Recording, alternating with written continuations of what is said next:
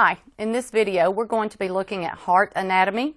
So I am actually going to be working from pages 73 and 74 in your lab guide, which are your heart gross anatomy structures that you'll be seeing in lab with your instructor. So to begin with, we want to make sure that we're looking at the heart in correct anatomical position. So if this were my heart, first of all, I'd be very big-hearted, right? But this would be the right side and this would be the left. Okay, so on this particular heart model, the right side is illustrated by the blue chamber at the top and the sort of ugly orange yellowy chamber on the left. All right, so let's get some of the basic terminology out of the way. When you think of apex, if you're looking at the apex of a mountain, you're typically going to be looking at the pointed upper portion. Okay, so apex typically is the top. And the base of something is usually at the bottom. Well, forget all of that when you're thinking about the heart. We do things differently in anatomy, but you figured that out already, right? So the apex is the pointed portion of the heart that is at the bottom. It is pointed somewhat to the left when it's in the human body. So think apex and point. Put your two P's together, apex and point. And the base is the broad portion at the upper part, the superior portion of the heart, and you have these large vessels that are associated with the base. So apex is the point, base is the broad portion at the top. Now, on this particular model, you can't see the cardiac sac or the pericardium. That is going to be the membranes that surround the heart. But if you think back to your 201 class and you learned about serous membranes, remember the serous membranes are going to either line the surface of an organ or line the cavity that the organ is in. So on the surface of an organ, remember, you have visceral membranes. Lining cavities, you have parietal membranes. Then the cavity is the space between them. So let's use my hand as an example to illustrate the pericardial sac. If my hand is the heart, we're going to have a visceral pericardium lying on the surface of that heart, just like you put it wrapped in saran wrap and shrink wrapped it really tightly. So your visceral pericardium is also known as your epicardium. Epi means upon, and it lies on the surface of the heart. Lining the cavity, you're going to have that parietal pericardium. So if this is the heart, we've got the visceral, then we've got pericardial fluid filling the cavity, and the parietal pericardium lining the cavity itself. We have one other part of the pericardium, and that is the tough outer fibrous pericardium that is the protective layer. So if we start with the heart, you've got the visceral pericardium, also called epicardium. You've got the pericardial space, the cavity, which is filled with fluid. Then you've got the parietal pericardium lining the cavity and the tough outer fibrous pericardium. All right, so we've got the pericardial sac now. Let's move on to some of our structures.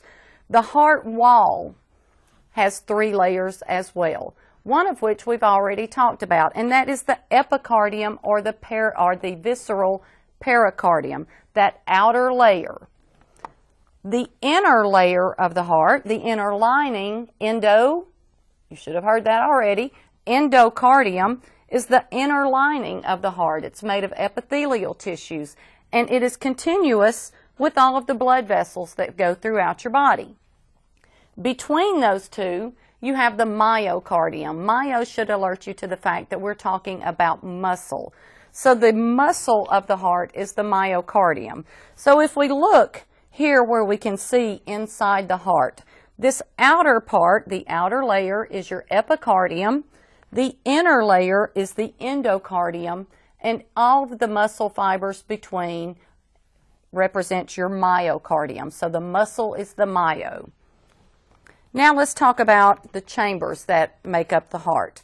The heart actually is a two-sided pump, with the right side of the heart being responsible for your pulmonary circulation.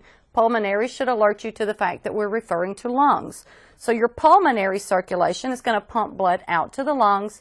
When it comes back, it's coming into the left side of the heart, which is responsible for your systemic circulation. Systemic means the rest of the body. So on the right side, we have the right atrium, which is your receiving chamber on the right. On the left side, you have the left atrium, which is the receiving chamber on the left. Blood comes back in from wherever it's coming from into your receiving chambers, which are your atria. Now notice I've changed the way I said that. Singular is an atrium. Right atrium, left atrium. The plural is atria. So be sure that you spell that right on your lab test. So deoxygenated blood comes into the right atrium as it's returning from the body. It's then going to be pushed through this vessel or through this valve that we'll name in a few minutes into the right ventricle. On the left side, oxygenated blood comes back from the lungs into the left atrium through this valve into the left ventricle. Your ventricles are the lower chambers, and they're your ejecting chambers. So they push the blood out of the heart. All right, let's go over those chambers again. Right atrium, right ventricle, left atrium, left ventricle. So far, so good? All right. Now, you should have heard of a septum before. Where would you find a nasal septum? Yeah, that one's pretty easy, right? Divides the two cavities of the nose. So a septum is a dividing wall. So we also have septi that are going to divide our chambers. So you have an atrioventricular septum. Remember atrium and ventricle? Atrioventricular, the wall that divides the atria and the ventricles. Your valves are embedded in the atrioventricular septum. Now, if you took an interstate from Alabama to Tennessee, you would be going between the two states, correct? So interstate takes you between. Inter should let you know that we're talking about something between. So interventricular, where would you look for that? I knew you knew it, between the ventricles, right? So the interventricular septum is the strip of myocardium that divides the ventricles. Now there's also an atrial septum that's not on your list, but your instructors may have you know that because you'll talk about one of the structures found there in the fetal circulation. So that's going to be the wall that separates the atria. All right, so far so good. Let's talk a little bit about these valves now. In that atrioventricular septum, we have what are known as atrioventricular valves. Now this one's broken, but you still get the picture, right? So these are atrioventricular valves. A valve is something that allows passage or prevents passage of something from one area to another. So these either allow or prevent blood flow from the upper to the lower chambers or vice versa. We want to allow blood flow from the upper chambers into the lower chambers, from the atria into the ventricles. But we don't want these valves to allow blood to backflow. So when the ventricles are ejecting blood out, these valves are going to close so that the blood goes out of the heart and not back up into your atria. So these are unidirectional atrioventricular valves. Sounds like a mouthful, but if you think about what the terms mean, it's not quite so bad. On the right side, blood comes into the right atrium and goes through the tricuspid valve. It's called tricuspid because it has three cusps. A cusp is like, if you think about your molars, your back teeth, where they've got the little humps on them, those are cusp. So the tricuspid valve has three cusps. It's the atrioventricular valve between the right atrium and the right ventricle. On the left side, we have the bicuspid valve. But you can figure out how many cusps are on that one, right? You better be able to by now. So between the left atrium and the left ventricle, we have the bicuspid valve. This is also commonly called, and you'll probably hear this more in practice, the mitral valve. All right, so right atrium, tricuspid valve, right ventricle. Left atrium, bicuspid valve, left ventricle. All righty, where are we at now on our list? Let's talk about some of our major vessels now. You have probably all heard of the superior and inferior vena cava before, and those terms, superior and inferior, should also be familiar to you. Superior refers to, that's it, above, over. Inferior is below or under. So your vena cava are the two main vessels that are going to bring blood back into the heart. Now we're still referring to systemic circulation. So as blood goes out to the body, it's going out there and dropping off oxygen, bringing back CO2, carbon dioxide, that waste product, so we can take it out to the lungs. But if we're going to take it out to the lungs, we've got to get it to the pump first. So the right side of the heart, remember, is the pulmonary circulation, the pulmonary pump. So we're going to bring deoxygenated blood back from the areas of the body through your vena cava. So here we have the superior vena cava, and on the inferior surface of the heart, we have the inferior vena cava. Now we've just got a little stump of it here, so I'm just poking my finger here to show you inferior vena cava. From areas below the heart, deoxygenated blood comes back through the inferior vena cava. From areas above the heart, blood comes in through the superior vena cava, both of which are going to empty into the right atrium. Now remember that right atrium is going to fill with blood. It goes through the tricuspid valve into the right ventricle, and then we're going to send it out to the lungs to drop off CO2 and pick up oxygen.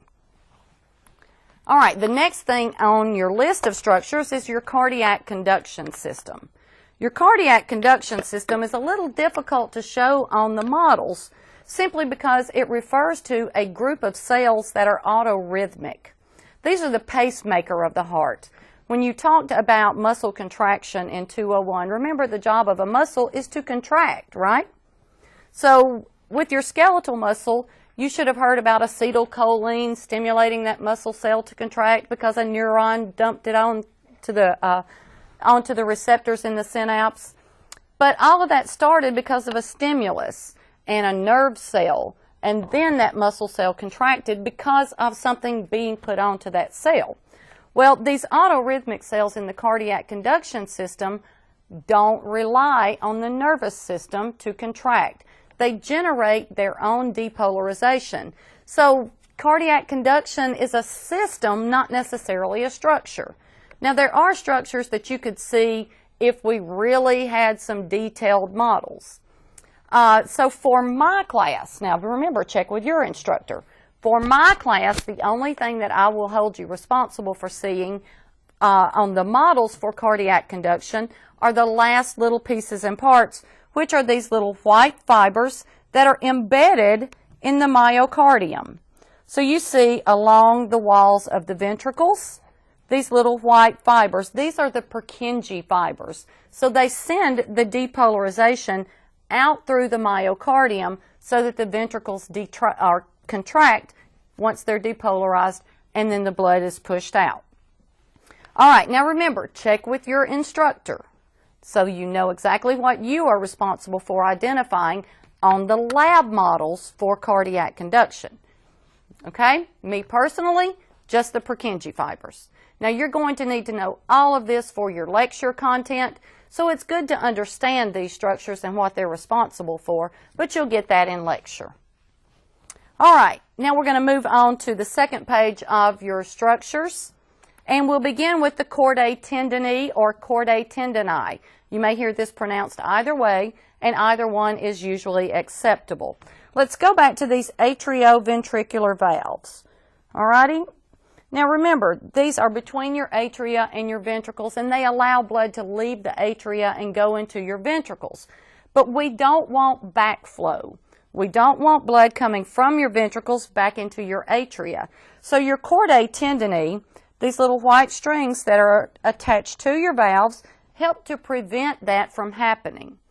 Okay, so your valves and then your chordae tendineae, and all of this are attached, or all of this is attached to papillary muscles that are finger-like projections of muscles that extend up from the area of the apex. Now these models typically don't show it really well, but here you can see just a bit of a papillary muscle and your chordae tendineae attached to that.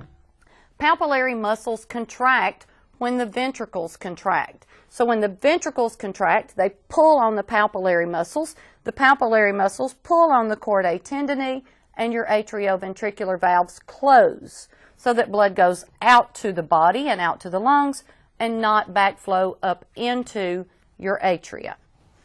All right, next we have your pulmonary trunk. Now think of this like a trunk of a tree. It's going to go up and branch off into smaller pieces. So this vessel, and let me close our chambers here, this vessel is the pulmonary trunk. Now you can see that it leads from the right ventricle, and pulmonary, remember, refers to the lungs. So this is going to be the main artery that's going to branch into left and right pulmonary arteries that are going to go out to the lungs, drop off that CO2, and in the capillary beds, pick up oxygen. So pulmonary trunk, left pulmonary artery, and the right pulmonary artery. In order to get into that pulmonary artery, we've got to go through a valve. So when that right ventricle contracts, we've got the pulmonary valve that regulates entry into the pulmonary trunk. This is one of your two semilunar valves. Okay, semilunar describes the shape, just like atrioventricular describes where these valves are. So this is your pulmonary semilunar valve. From the right ventricle through the pulmonary valve into the pulmonary trunk, and then right and left pulmonary arteries. So far, so good? All right, let's look at the left side. Now remember, the left side is going to be responsible for sending oxygenated blood out to the body. So we've got a valve that's hidden. You really got to get tricky to see this one. So if you move the bicuspid valve out of the way and look deep into the chamber, deep into the ventricle, you'll see way up in there we have the aortic valve. That's also a semilunar valve. That aortic valve is the opening into the aorta. So the aorta is the vessel that's going to be responsible for bringing blood out to the body. So your pulmonary trunk and your aorta are arteries. Remember, A for artery, A for away, takes blood away from the heart. So on the left side, your left ventricle contracts, blood goes through the aortic valve into the ascending aorta and to the aortic arch. Now, when you get to the aortic arch, the blood has a decision to make. If it's going to go above the heart, it's got to take one of these three vessels. That lesson's coming. If it's going below the heart, it will go through the descending aorta and to one of the many branches of the descending aorta. All right, let's check our list. We've got our valves, we've got the aorta. Let's get those pulmonary veins. If we're going to take blood out to the heart, we've got to bring it back, or out to the lungs from the heart, we've got to bring it back. So that deoxygenated blood, remember, goes out through your pulmonary trunk to your pulmonary arteries, smaller pulmonary arterioles, pulmonary capillaries, pulmonary venules. Now we're in really tiny vessels that are going to merge to form pulmonary veins. So you have left pulmonary veins, there's two, and right pulmonary veins, there's two. Now even though this is on the right side, they're all four going to empty into the left atrium, bringing that deoxygenated blood back into the heart. Now remember, I said a while ago that arteries take blood away from the heart. Veins bring blood back in to the heart. So V-E-I-N is vein, bring blood back in. Now you may notice the color on these are different from what you may think about with arteries and veins. You might have been taught in high school that arteries are red and veins are blue. Well, forget it. That's not why they're red and blue. They're red and blue because of the oxygen content. Red vessels are carrying oxygenated blood. Blue vessels are carrying deoxygenated blood. Now, so that red and blue may be true for all areas of the body, but when you're talking about your pulmonary arteries and veins, they're going to be the exception to that rule. Because remember, your pulmonary arteries are carrying deoxygenated blood from the right side out to the lungs. Your pulmonary veins are bringing oxygenated blood back in from the lungs. So your pulmonary arteries and your pulmonary veins are the exception to the red-blue rule. Remember that. That trips a lot of people up on their lab test. Okay, so now we need to talk about the heart itself and the circulation that's responsible for supplying the myocardium. You have just a few vessels that you have to know, but they are very important vessels. Now, we've talked about the heart sending blood out to the lungs and the heart sending blood out to the body. Well, if all of this muscle is going to contract, it's got to have ATP. It's got to have nutrients. The blood doesn't diffuse from the inside of the heart out.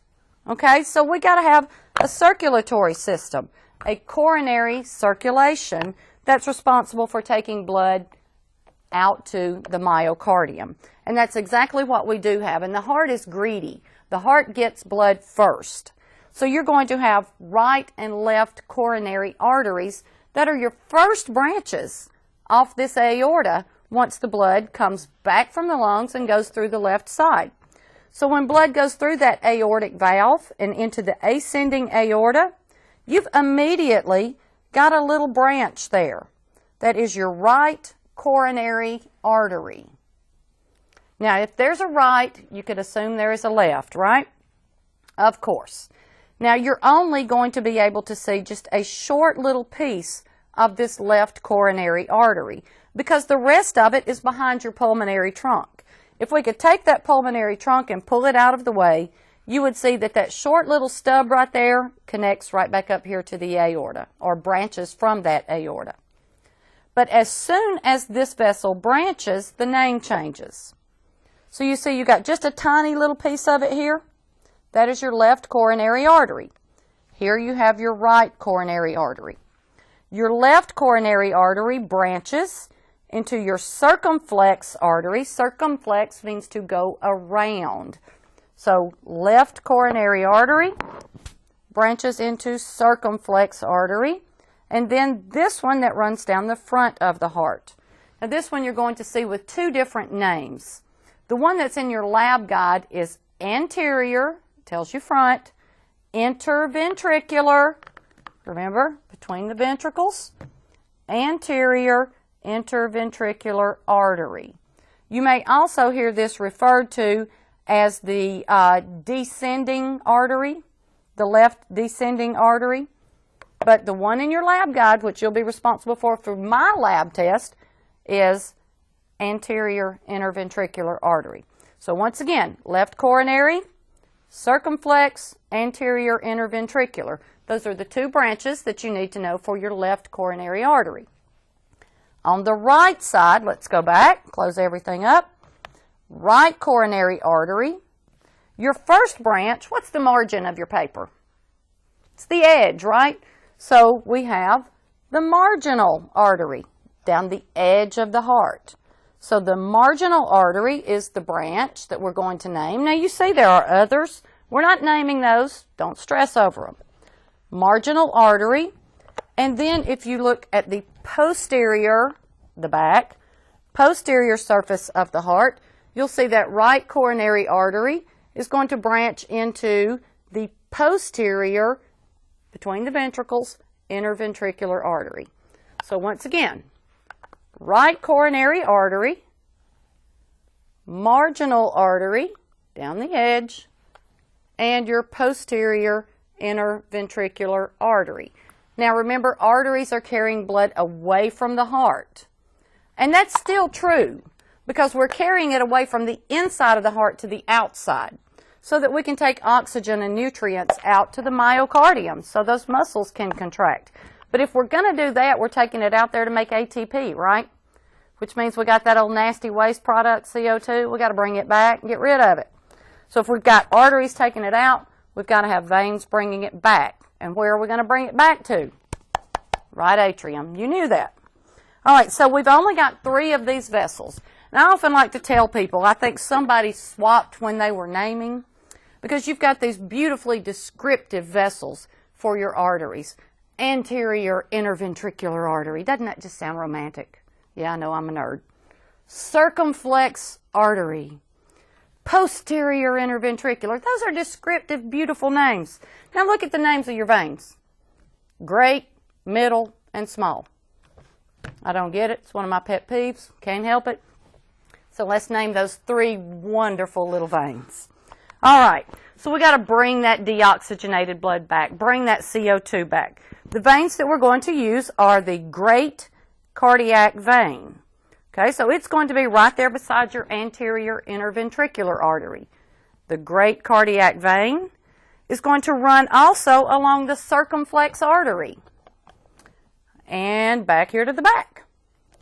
Your middle cardiac vein is going to run beside your, what was that? Posterior interventricular artery. So your middle cardiac vein, bringing that deoxygenated blood back up here to this big old vessel, and your small cardiac vein running right beside your marginal artery, bringing blood back to this great big old vessel. Yep, it's got a name too. That large vessel that's collecting all of that deoxygenated blood, carrying all of that CO2, pulls it into one large vessel, empties it right back into the right atrium. All right, I know that sounds like a lot, but take it in chunks and learn the pieces and parts of this. Your instructor will cover this, but this video hopefully will help you to learn these structures a bit as well. See you next time.